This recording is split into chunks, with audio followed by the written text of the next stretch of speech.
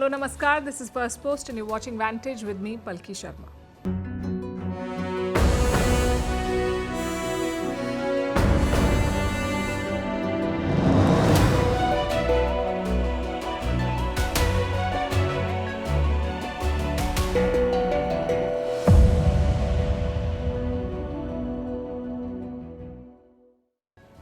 The Quad leaders met, they condemned terrorism, but they failed to name the perpetrators, they failed to call out Pakistan. What is holding them back? Is India being let down by its so-called strategic partners? We'll discuss that tonight. Also on the show, will Donald Trump deport Elon Musk, and will Musk launch a political party to challenge Trump? The dollar dives, why America's mighty currency has hit a 50-year low, and what does this mean for the world economy? Modi's Global South Blitz. 8 days, 5 nations, 1 mission. How India's Prime Minister is reshaping ties and reclaiming influence. It's China versus the Dalai Lama. The succession drama is heating up, with the Tibetan leader challenging Beijing in a new statement. What is China's new hypersonic missile that runs on kerosene? Is this the future of warfare? A Japan Airlines flight nosedives. Is air travel becoming more dangerous? A cartoon controversy explodes in Turkey. Where is the line between freedom of expression and religious offense? 80 militants killed in a sweeping counter-offensive in Mali. What is happening in West Africa? And the Squid Game effect. Why are violence and gore dominating global entertainment? All this and more coming up. The headlines first. Bangladesh's former Prime Minister Sheikh Hasina sentenced to 6 months in prison. She was convicted of contempt of court and handed the sentence in absentia. This is the first verdict against Hasina since she was ousted in August last year. The Awami League leader also faces charges of crimes against humanity. Hasina has denied all accusations. In the US, the ISKCON temple in Utah is attacked in a suspected hate crime. More than 24 gunshots were fired over several nights at the temple. India has condemned the attack and urged local authorities to take prompt action. A similar incident occurred in March when a temple in California was desecrated. The US halts some weapons shipments to Ukraine. This includes air defense missiles and other precision munitions. The Pentagon fears that its stockpiles are too low. Ukraine summons a senior American diplomat, warning that delays in military aid from its key ally would quote-unquote encourage Russia. Iran suspends cooperation with the United Nations as nuclear watchdog. This comes after the 12-day war with Israel and strikes by the US on Tehran's nuclear facilities. Iran has criticized the International Atomic Energy Agency for its silence on the Israeli and American attacks. And the Hong Kong government proposes recognizing the rights of same-sex couples. In 2023, Hong Kong's top judge had delivered a landmark decision. They had confined marriage to opposite-sex unions, but called for recognizing the legal rights of same-sex couples. The judges had set the government a deadline of 2 years.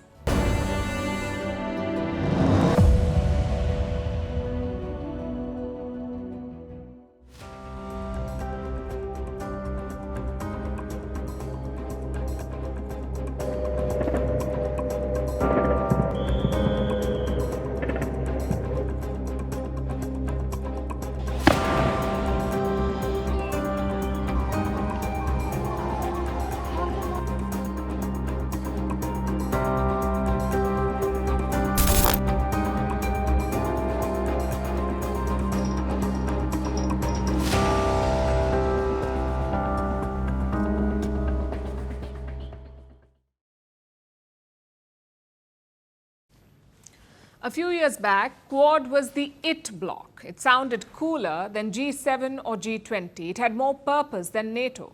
And its members were vibrant and diverse democracies: Japan, the United States, Australia, and India.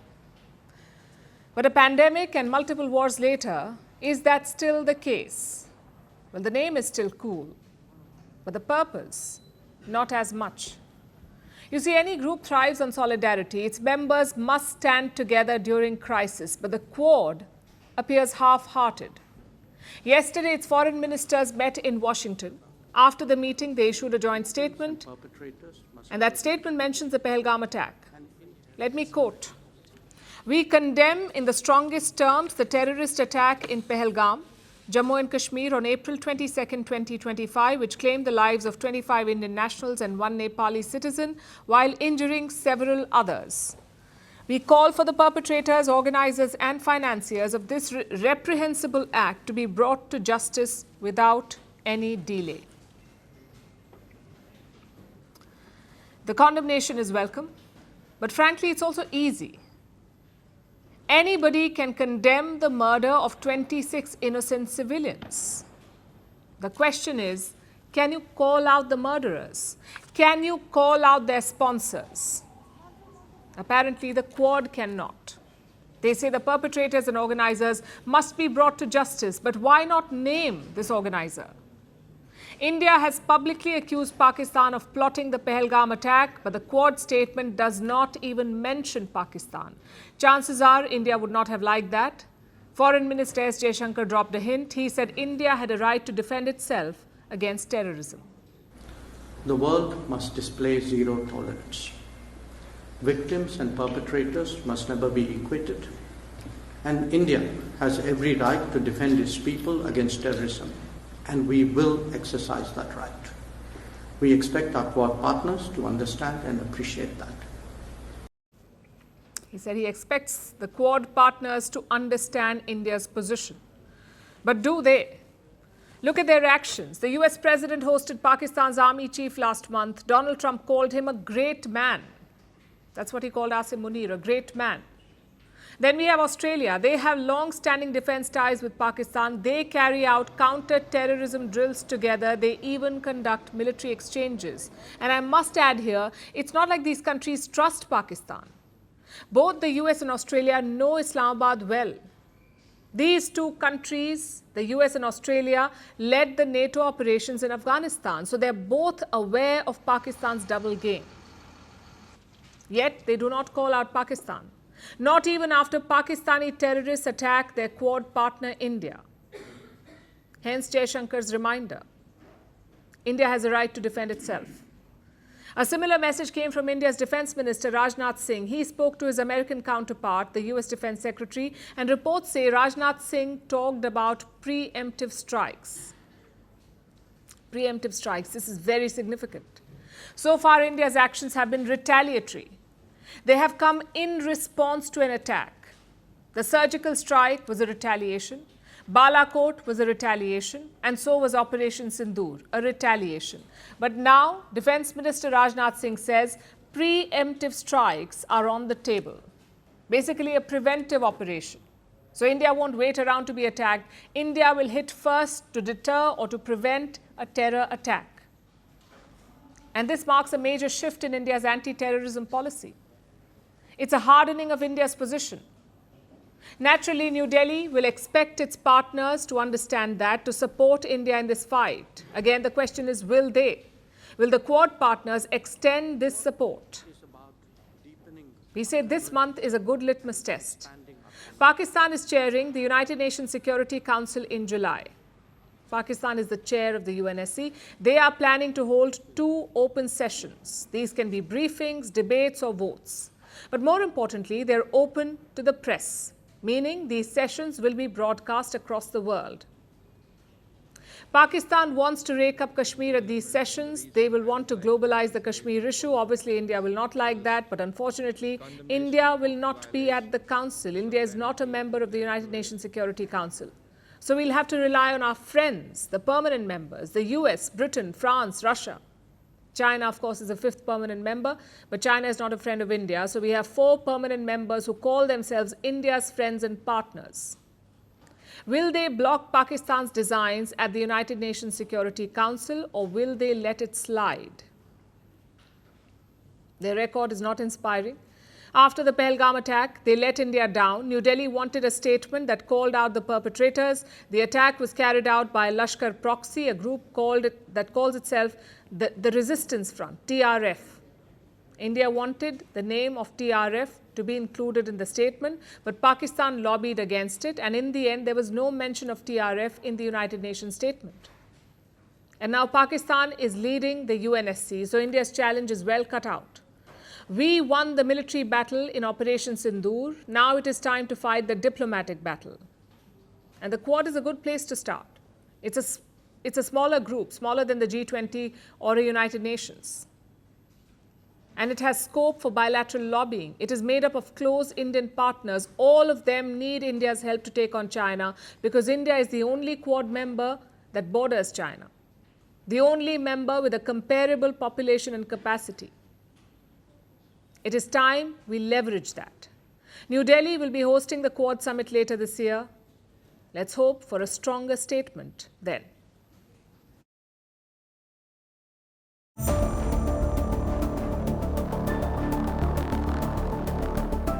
The bill as amended is passed.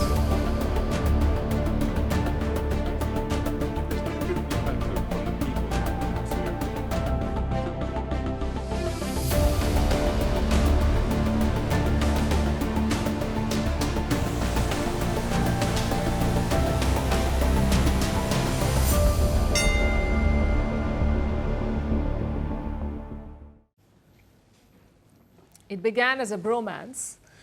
It has turned into brinkmanship. We're talking about Elon Musk and Donald Trump. At the start of this year, they were inseparable. Musk poured millions into Trump's re-election campaign.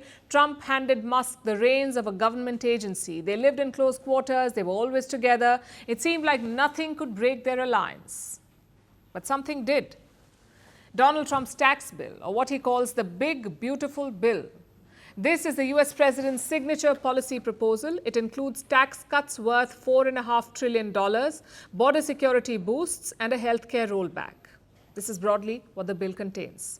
Now, this bill went to the House of Representatives. That's the lower house of the US Parliament, or the Congress as they call it.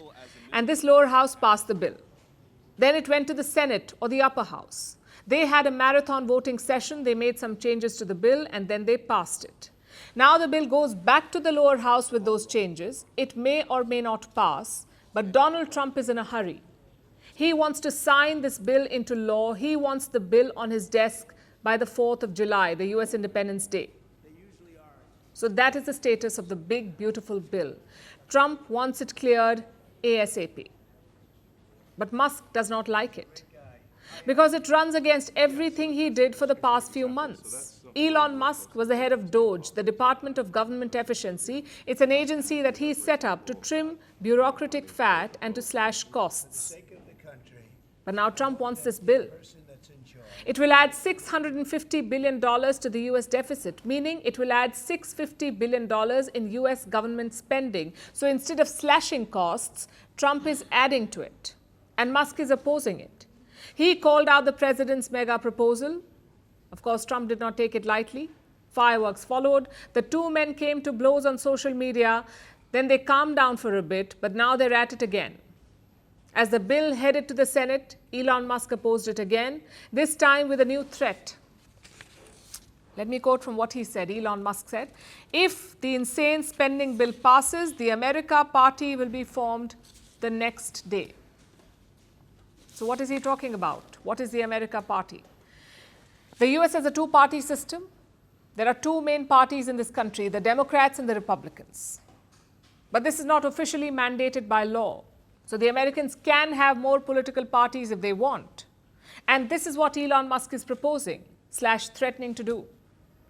He wants to form a new political party, and he's calling it the America Party. He says both Republicans and Democrats are pro-spending. They are both adding to the US debt. US debt is already at a record $37 trillion. So Musk wants a new movement. He wants a new political party that is anti-debt and pro-innovation. But can he do it? And that also depends on how serious he is about it. Building a political party is tougher than building cars or rockets, especially when the US president is not in your corner. Concerned that Republicans are going to be swayed by Musk and his money. No, I don't think so. I think what's going to happen is Doge is going to look at Musk. And if Doge looks at Musk, we're going to save a fortune. Thank you very much, everybody. I don't think you should be playing that game with me. You heard Donald Trump. He's not too happy with Musk's criticism, and he made that clear on his social media. He even threatened deportation, sending Elon Musk back to South Africa. That's what Trump has hinted at. He's also targeting Musk's business. Listen to this. I don't know. I think we'll have to take a look. We might have to put Doge on Elon. You know what Doge is? Doge is the monster that might have to go back and eat Elon. Wouldn't that be terrible? He gets a lot of subsidies, Peter. But Elon's very upset that the EV mandate is going to be terminated. And so it comes full circle. Doge was Elon Musk's pet project and Trump was Elon Musk's presidential candidate. Now Trump is going after him and he's using Doge to beat up Musk. Trump wants to use the same agency to audit Elon Musk. And Musk is yet to respond. So far we've seen no insults, no courtroom threats and no Elon 2028 campaign ads, at least not yet. So is Musk licking his wounds or is he plotting revenge? It's hard to say. But make no mistake, this is not just a battle of egos. This is a battle between two visions of power. On one side, we have Donald Trump. He wants to ride the wave of old school populism. On the other side, there's Elon Musk. He wants to hack American politics like he did with cars and space. And somewhere in between, America is supposed to decide who to trust with its future. At this point, they may as well flip a Doge coin.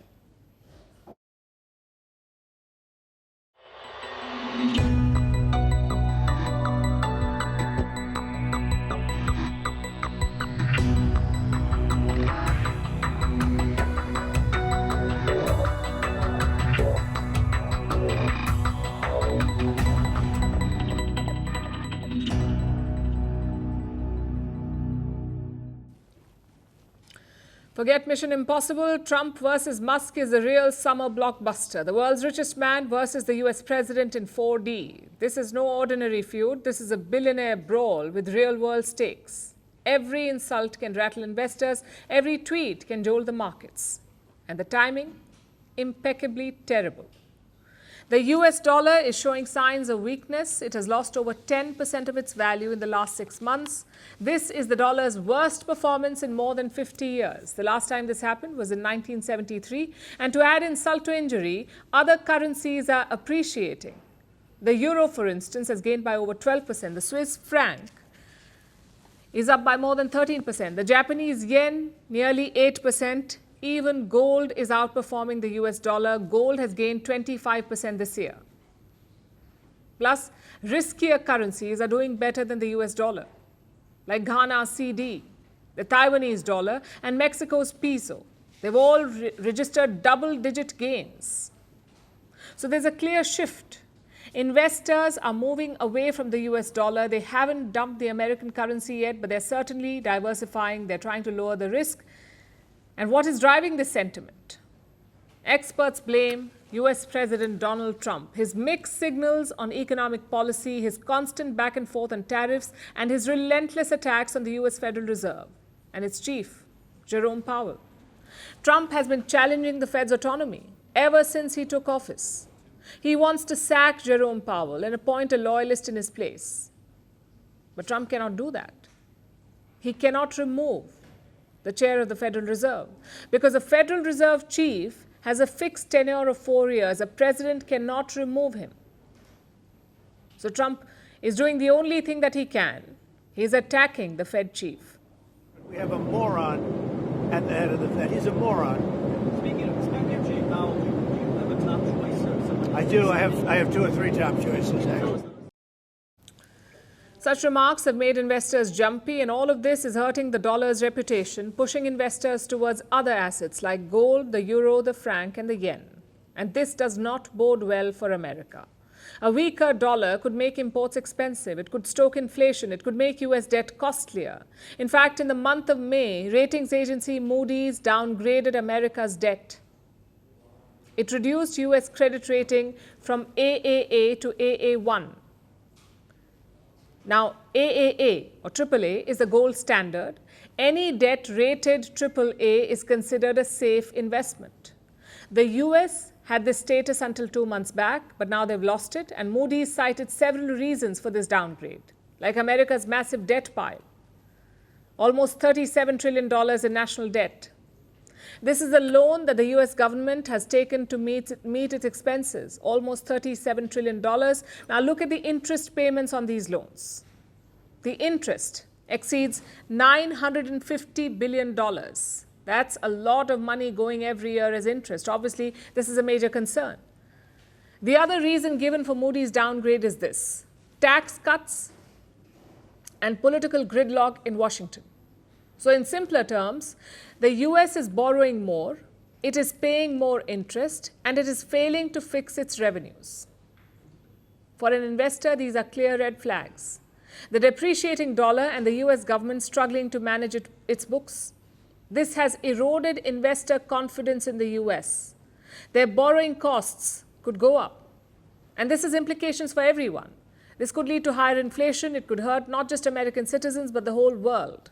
And I'll tell you why. The US dollar and the American government debt are pillars of global finance. More than 58% of the world's cash reserves are in the US dollar. 58%. These reserves are held by central banks, so a weaker dollar impacts all of them. And then we have the US government debt. More than 20% of US government bonds are held by foreigners, and a large number of these investors are governments, like Japan. In April, Japan held over $3 trillion in US government bonds. The United Kingdom came second with over $800 billion invested, and China ranked third with over $750 billion. So governments and central banks have parked large amounts of cash in the US dollar and in US debt. Today, they are both under strain. If Washington does not fix it, it will hurt the whole world.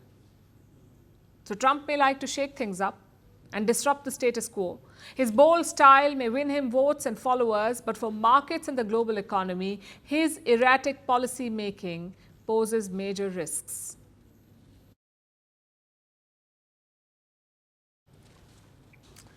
"8 days, 5 countries, 1 mission." Prime Minister Narendra Modi has started his longest foreign trip in a decade. You don't see such marathon visits anymore. Leaders do short stops nowadays. But this trip is very different. It is about reaching new frontiers, rekindling old partnerships, and creating a strong coalition. First, let's look at the travel plan. Prime Minister Modi took off from New Delhi this morning. He arrived in Ghana a short while back. This is the first such trip from India in 3 decades, the first prime ministerial visit from India to Ghana in 3 decades. From Ghana, Prime Minister Modi will fly to the Caribbean, to Trinidad and Tobago. And it will be the first such trip since 1999. From the Caribbean, the Indian Prime Minister will fly south to Argentina. It will be the first such trip in 57 years. After that, Prime Minister Modi will hop over to Brazil.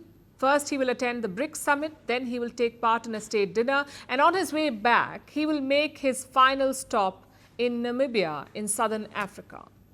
The first such trip since 1998. Now, if you look at this itinerary, two trends stand out. Number one, a lot of these trips are coming after massive gaps, 30 years, 57 years, 26 years. Such huge gaps can derail diplomatic progress. It gives the impression that you're not as invested. And trend number two, it's clearly an attempt to woo the global south. In fact, Prime Minister Modi himself admitted to this. Let me quote from his departure statement. "I am confident that my visits to the 5 countries will reinforce our bonds of friendship across the global south, strengthen our partnerships in both sides of the Atlantic, and deepen engagements in the multilateral platforms." Each stop has a significance. Ghana is a fast-growing economy. Their top export market is India. The Caribbean is home to a large Indian origin community, and Trinidad and Tobago hosts nearly half of them. Then you have Argentina, a major economy in Latin America, also home to large reserves of critical minerals like lithium and graphite. Brazil is obviously a BRICS member. It is also the largest economy in Latin America. And finally, you have Namibia. They gave us cheetahs back in 2022. They're also emerging as a key trading partner. Trade has gone from 3 million to 600 million in 2 decades. So none of these stops are random. There is a thought behind each of them. The question is, what is the larger strategy? Like the Prime Minister said, it's about the global south. This refers to developing and underdeveloped nations. Most of them are in Africa, Asia and Latin America. For a long time, these countries were seen as basket cases, but now the West wants to court them. The global south has a young, booming population. They have key resources, including rare earths, and they have strength in numbers. The United Nations has 193 member countries. The global south makes up almost 2/3 of that. So you can imagine the power. Having said that, this group is not united. It does not speak in one voice anywhere. And this is where India comes in.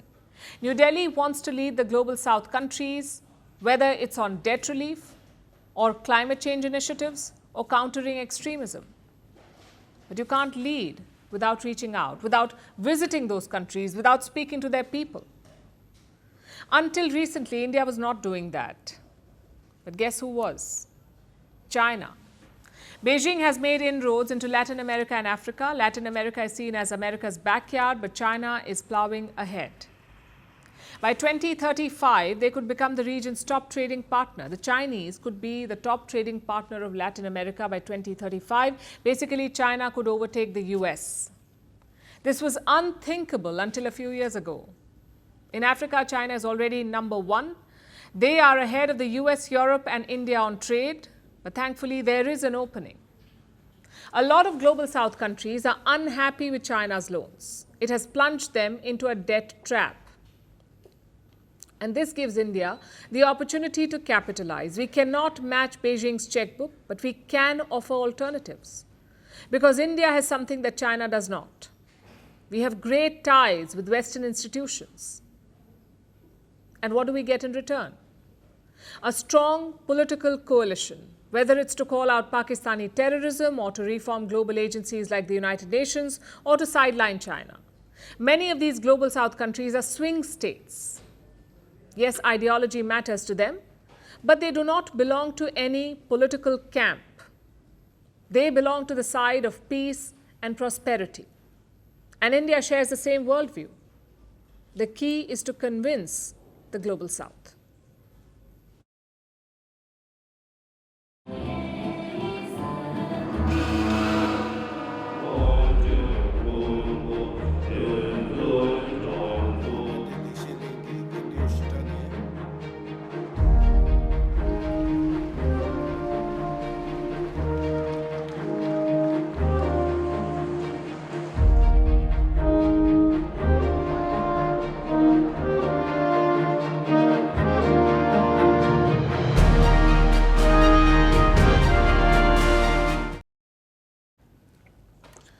You think HBO's Succession was riveting? Wait till you hear about this one. It's got geopolitics, it's got India-China rivalries, it's got a religious figurehead, and it's got a mysterious reincarnation ritual. I'm talking about the Dalai Lama. He is the spiritual and political head of Tibetan Buddhists. The current Dalai Lama lives in India. He fled Chinese persecution around 6 decades ago, so you can imagine how old he is. The Dalai Lama will turn 90 on Sunday, 90 years old on Sunday, so naturally there are questions about his successor. In the past, he's given mixed signals. Once he said the tradition would end with him, no more reincarnation, no more Dalai Lama, that's what he said. Then on a different occasion, he suggested that his successor could be a woman. But today he set the record straight. Listen to what the Dalai Lama said. If it is about Lama's reincarnation, when all the followers have unanimously said that the reincarnation should continue, then it is obvious that it will come. Since my September 24th, 2011 statement, which states that responsibility for doing so will rest exclusively with members of the Gaden Phadrang Trust, the office of His Holiness the Dalai Lama, they should accordingly carry out the procedures of search and recognition in accordance with past tradition. I hereby reiterate that the Gaden Phadrang Trust has sole authority to recognize the future reincarnation. No one else has any such authority to interfere in this matter.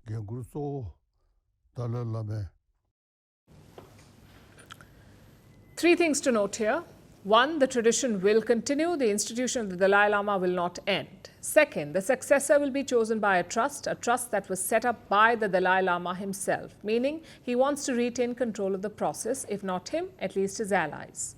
And finally, the third point, the Dalai Lama says no one else can meddle in the process. He was clearly talking about China. Beijing has total disdain for the Dalai Lama. They have called him a wolf in sheep's clothing. And China does not like this plan. They want the authority to approve the successor. The reincarnation of the Dalai Lama must adhere to the principle of domestic search, golden urn draw and approval by the central government, and be handled in accordance with religious rituals, historical customs, and national laws and regulations. Strange, isn't it? China is a communist country. The government does not believe in religion. The Communist Party of China is officially atheist. The members are prohibited from practicing religion. So why this obsession with the Dalai Lama? Because it is political. Quick history lesson here. Tibet did not willingly join China. It was annexed. It was taken by force in 1950. The locals never accepted Chinese control, so Beijing needs a tool to win over the Tibetans. And what better tool than a loyal Dalai Lama, a leader appointed and controlled by Beijing? That is why the Communist Party of China is so interested in the succession. Which brings us to the process itself. Tibetans believe that the Dalai Lama is reincarnated. When he dies, his spirit is transferred to a young boy. The Tibetan community's job is to find that boy. The current Dalai Lama was found in similar fashion in 1937. He was just 2 years old then, in Tibet. Chances are the next Dalai Lama will be found outside China. If not, Beijing could whisk him away. In fact, that has happened before. You see, the Dalai Lama is the top Tibetan leader, the senior most. At number 2 is the Panchen Lama. The 11th Panchen Lama was identified in 1995, and within days, he was kidnapped by the Communist Party. 3 decades have passed since then. No one has seen the Panchen Lama. The boy was just 6 years old at the time. China abducted him, a 6-year-old boy. So you can imagine the lengths that China will go. And that is why the Dalai Lama is being so careful. He has previously said that his successor will be born in India. Other top Tibetan officials have echoed this line. There is no traditional kind of restriction. The Dalai Lama should be born in Tibet. The Dalai Lama born in Mongolia, the third one, and the Dalai Lama born, if today, in India, the sixth Dalai Lama, and there's no nationality or geographical boundary. There are some 100,000 Tibetans in India. They have set up a government in exile. It's easily possible to choose a successor from this community. But for New Delhi, it's a bit tricky. Yes, it gives India leverage over China. At the same time, you don't want to get too close, especially in the middle of a reset. And that is why we call this succession revetting. It promises to raise temperatures and strain diplomatic ties. But what will it mean for Tibetans, for their way of life and their religion? Well, there are 2 parts to it. Tibet was a global cause in the last century. Hollywood was championing it. US presidents were talking about it. The Dalai Lama was even given the Nobel Peace Prize. But of late, the movement has lost steam. Prime Minister Modi has never met the Dalai Lama, nor has Donald Trump or Joe Biden. The Tibetan movement was basically forgotten. Perhaps this succession drama will revive it. Perhaps it will spark interest again, and we saw signs of that earlier today. Every global publication was covering the Dalai Lama's speech. Having said that, attention is not enough. You need to follow it up with a plan. Naturally, you cannot expect a young successor to do that, so that job will fall to the current Dalai Lama. What is his vision for Tibet? Initially, he wanted independence from China. But around 2010, he made a U-turn. He gave up the call for complete independence. Instead, he demanded autonomy. Basically, a special status for Tibet within China. Of course, even that is not acceptable to Beijing. It may not even be acceptable to many younger Tibetans. And that will be the key factor going forward. Yes, a succession will create a reset, but that reset could go either way. When the moment comes, every country will have to take a tough call. Every country, including India.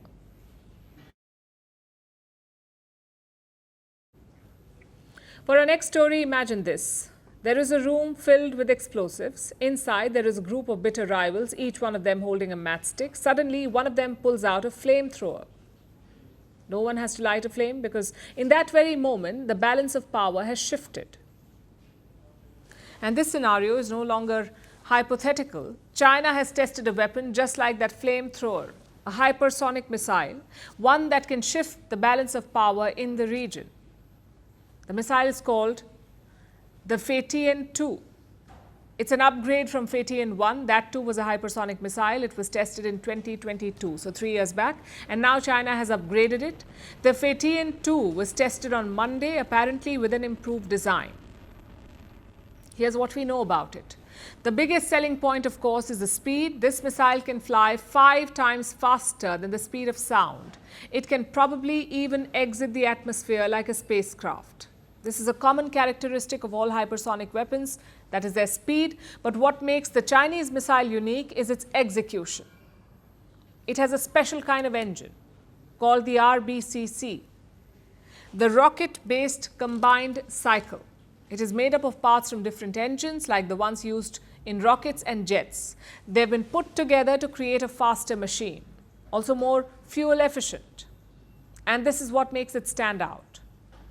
All missiles need fuel to fly, of course. Usually 2 kinds of fuel are used, liquid hydrogen and kerosene. Hydrogen, because it burns easily, it generates a lot of energy, and it's cleaner. When it burns, it releases only water. But storing it is an issue. You need powerful cooling equipment to store hydrogen. The other option is hydrocarbons like kerosene. Easy to store, safer to handle. But kerosene is a dirty fuel and it does not perform as well as hydrogen. So these are the 2 choices, hydrogen and kerosene, each with its pros and cons. It is like picking between a petrol car and an EV. And this is where Fatian 2 has an advantage. It's like a hybrid car. It doesn't have to choose between the 2 fuels. China has tested this missile with kerosene and hydrogen peroxide. Hydrogen peroxide is a chemical compound. It is made up of hydrogen and oxygen. So China has basically combined the best of both the worlds, the power of hydrogen with the convenience of kerosene. And this combination is being called a game changer. The fuel is easier to store. The missiles can be launched at a short notice, which gives them a lot of flexibility. The engine can be adjusted mid-flight. The missile can speed up or slow down as required. It can change its flight path. It can also fly autonomously, meaning it doesn't need a human to hit the target. China claims to have achieved all of this. The US has been monitoring their missile program closely. In 2020, Washington made an assessment. It said that China wants to build a powerful missile arsenal, one that can support the Chinese military and its objectives in the region. In 2019, China alone tested more missiles than the rest of the world combined. And now they've expanded their program. They're adding hypersonic missiles to their arsenal.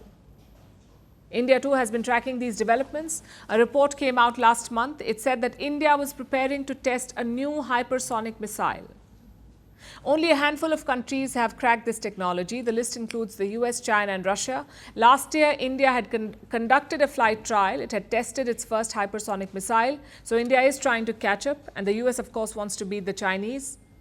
A new arms race is now underway, where hypersonic weapons are the next frontier.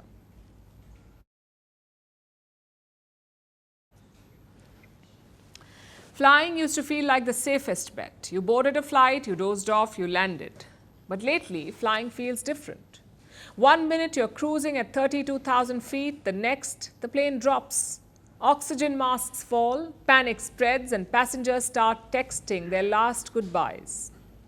In the past few months, flights across Asia, from India to Japan to Indonesia, have turned into terrifying headlines. Is it just a string of bad luck? Or is the aviation industry facing a deeper crisis? Our next report explores.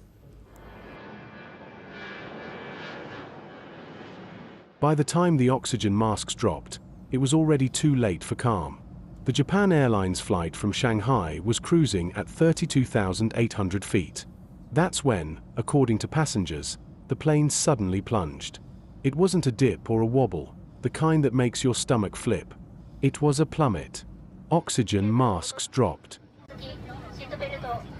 Passengers started panicking. Some even typed out farewell notes on their phones. The Boeing 737 eventually made an emergency landing at Kansai Airport, Osaka. Everyone survived, but many left with psychological scars and nagging questions.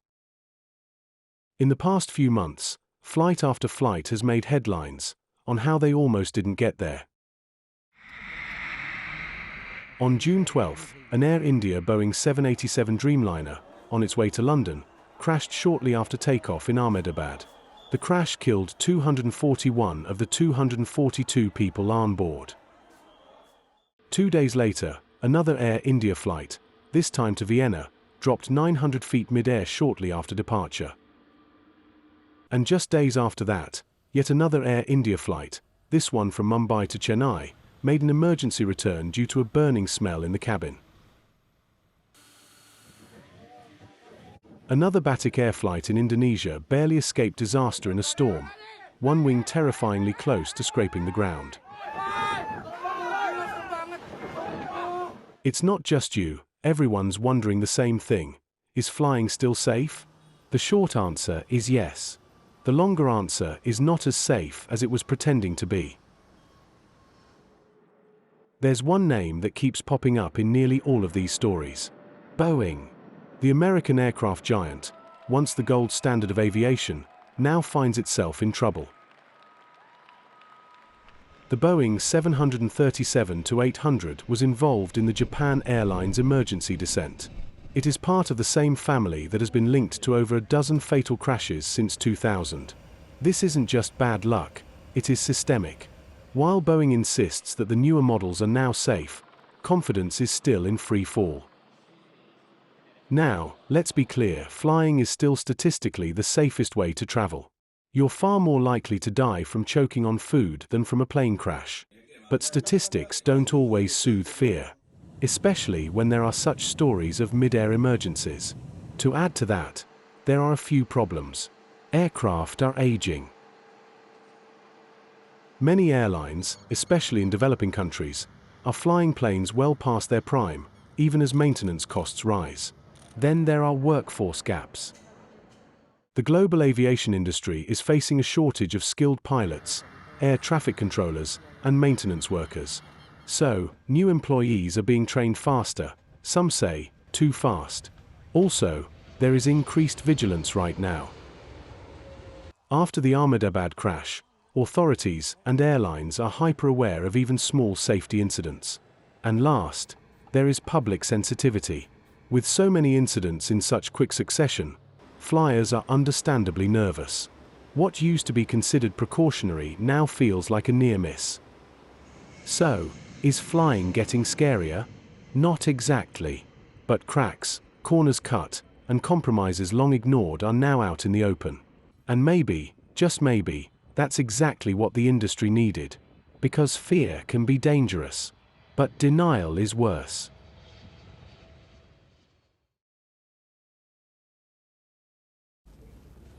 Our next story starts with a cartoon. It shows two winged figures floating above a war-torn skyline.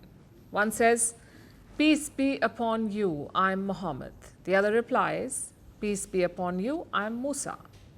Below them is a skyline, plus bombs, rubble and chaos. The cartoon was published by Elon. It is one of Turkey's oldest and most beloved satirical magazines. According to its editors, this cartoon was a cry for unity, a brotherhood between faiths torn apart by modern wars. But the Turkish government saw something else here.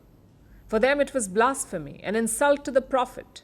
So within hours, the cartoon sparked protests. There were police crackdowns. Leman's offices were raided. 4 people were arrested, including the cartoonist. Turkish President Recep Tayyip Erdogan called the cartoon, and I'm quoting, a vile provocation. It is a clear incitement disguised as humor. a vile provocation. In fact, our security and judiciary immediately took action regarding this hate crime. The magazine in question was confiscated, and the necessary processes were initiated. Those who are insolent towards our prophet and other prophets will be held accountable before the law. We will follow up on this. I especially want our youth to be at ease. Küstahlık edenler bunun hesabını hukuk önünde vereceklerdir. As you may know, in Islam, any visual depiction of the Prophet is forbidden. Caricatures are seen as blasphemy, and Leman knows this. The magazine has skirted around religious sentiments for years, so why did it publish the cartoon now?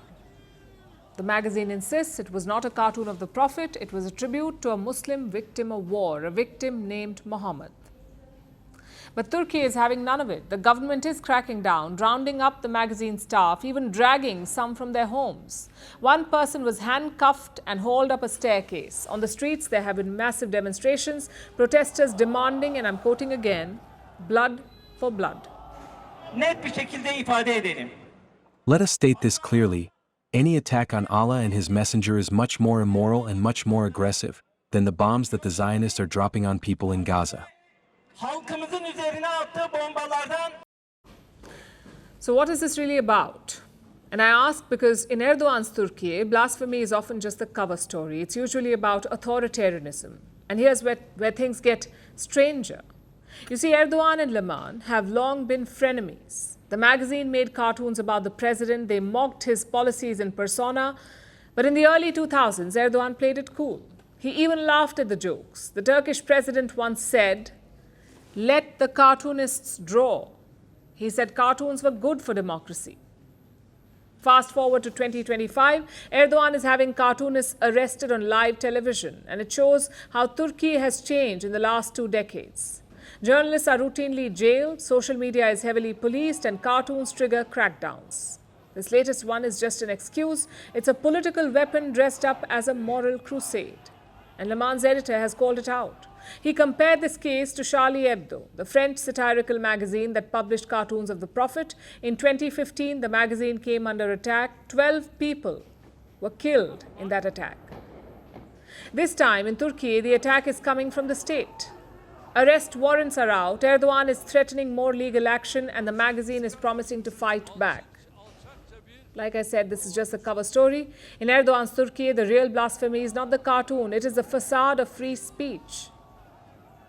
And we're not saying that you have to agree with the cartoon. You can disagree with it. You can even find it offensive. But you cannot have governments decide which jokes are legal. Because then, the only jokes left will be the ones they write themselves. And authoritarian regimes are terrible at punchlines.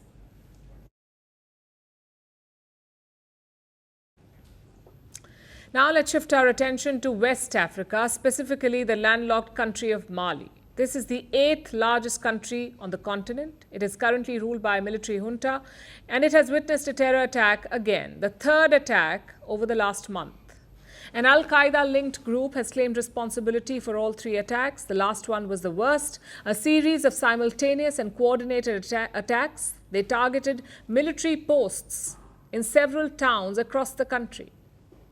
In response, the army killed 80 militants, 80. So what does this collapsing security mean for Mali and the wider Sahel region? Here's a report.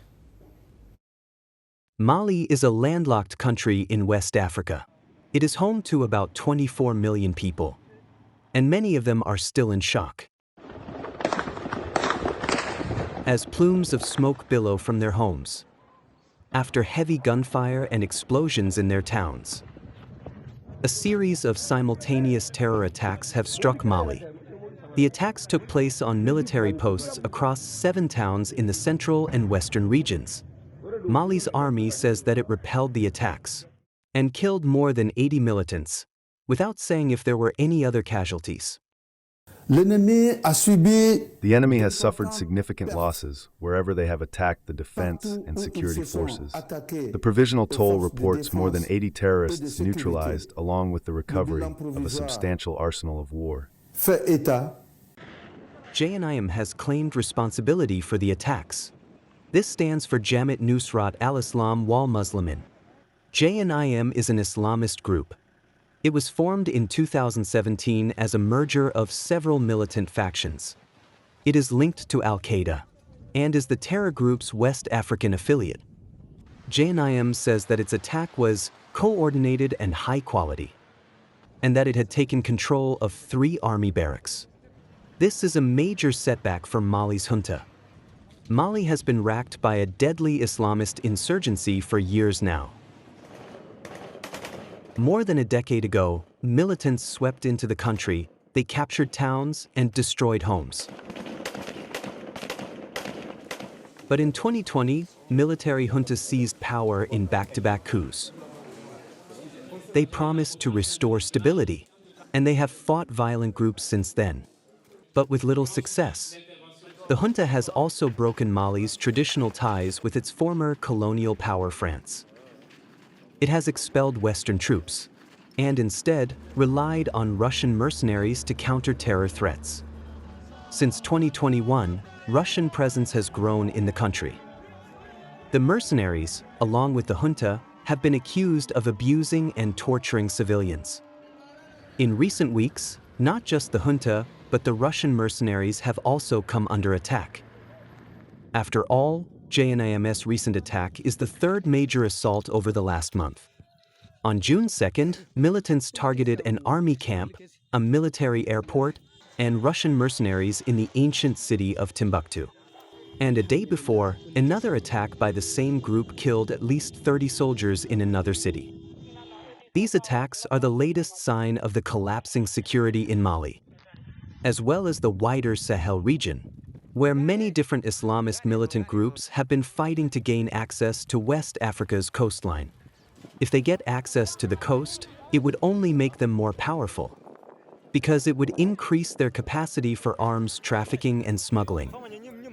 The Sahel region is already called the epicenter of terrorism on the globe.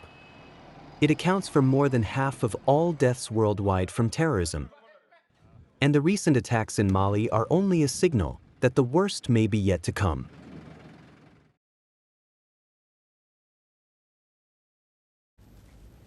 Squid Game. It's a strange pairing of words, but at this point, it is pretty much a household name. Squid Game is a Korean language drama. It is a fictional series. It follows cash-strapped players who are lured into playing a series of games. Korean games for children, that's what they play. But these games come with deadly high stakes. Characters are shot in the head, stabbed to death, and even cremated alive. It's chilling and extreme. Also very popular. Squid Game has managed to keep the audience both attentive and terrified. Episode after episode, people sit on the edge of their seats, unwilling to miss a single bloody moment. And this response has transcended national boundaries. The Korean series is a global sensation. Squid Game Season 1 became the most watched program in Netflix history. It was seen by about 142 million households in the first month. Season 2 of the series gained 68 million views in the first 4 days. This was more viewership than any other Netflix series has achieved in the premiere week. Now Season 3 is out, and it has broken Netflix viewership records again. Over its first 3 days, the series has racked up more than 60 million views. This is a new record for the platform. And this is only a small part of the Squid Game phenomenon. It has inspired endless memes, merch, Halloween costumes, even interactive experiences.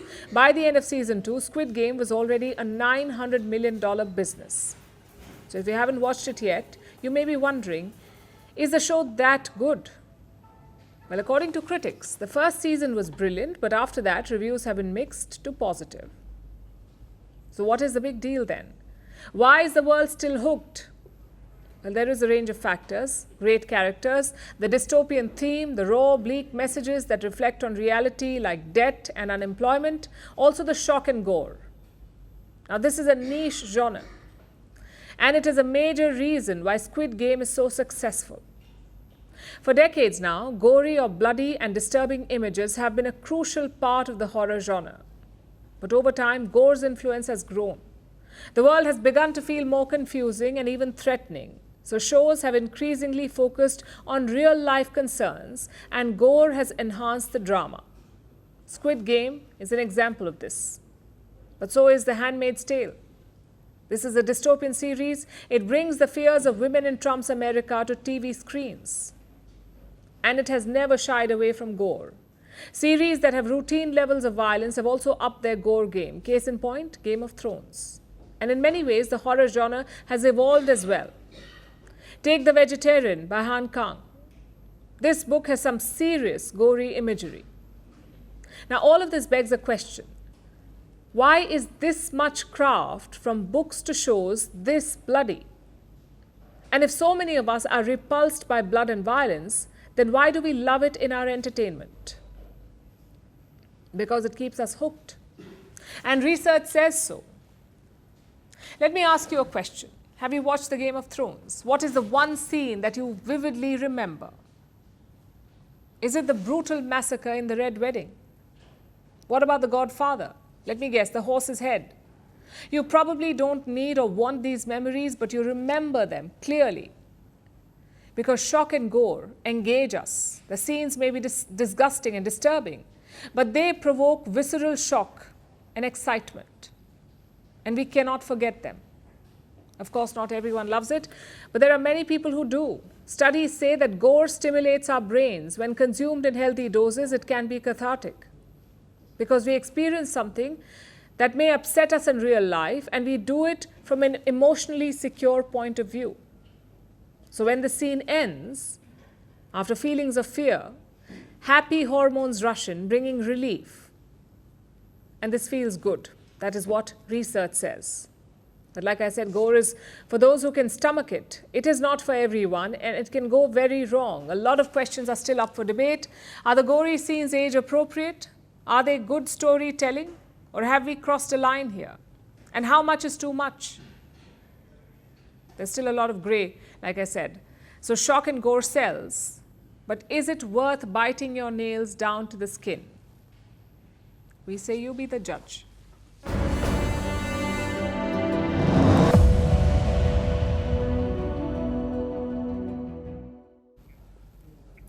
There's a new showpiece at the Trivandrum airport, a $100 million stealth fighter jet. I'm sure you've read about it. A British F-35 made an emergency landing on June 14th. 2 weeks later, it is still stuck there. We're talking about a lethal war machine here. The US calls it the most advanced jet ever made. But in India, it's become a joke. Well, yes, we treat our guests extremely well, but 17 days is pushing it. And now even Kerala's tourism department has joined in. They're trolling the stranded war plane. Take a look.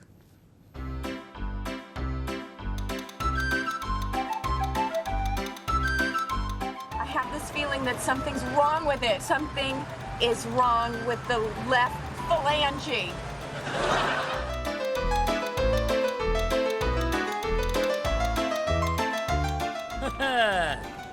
बोला तो दिखाएगा हाथी, निकली चीटी। चीटी? लगता है मामा जी की उम्र हो गई रे बाबा।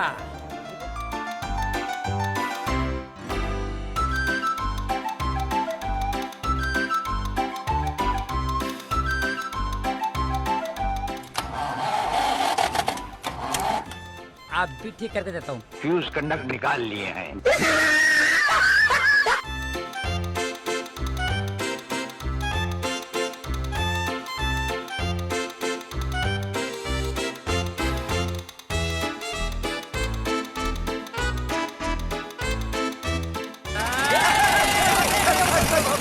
चल, चल। अरे जब भी ऊपर चढ़ता बंद क्यों कर देते हो?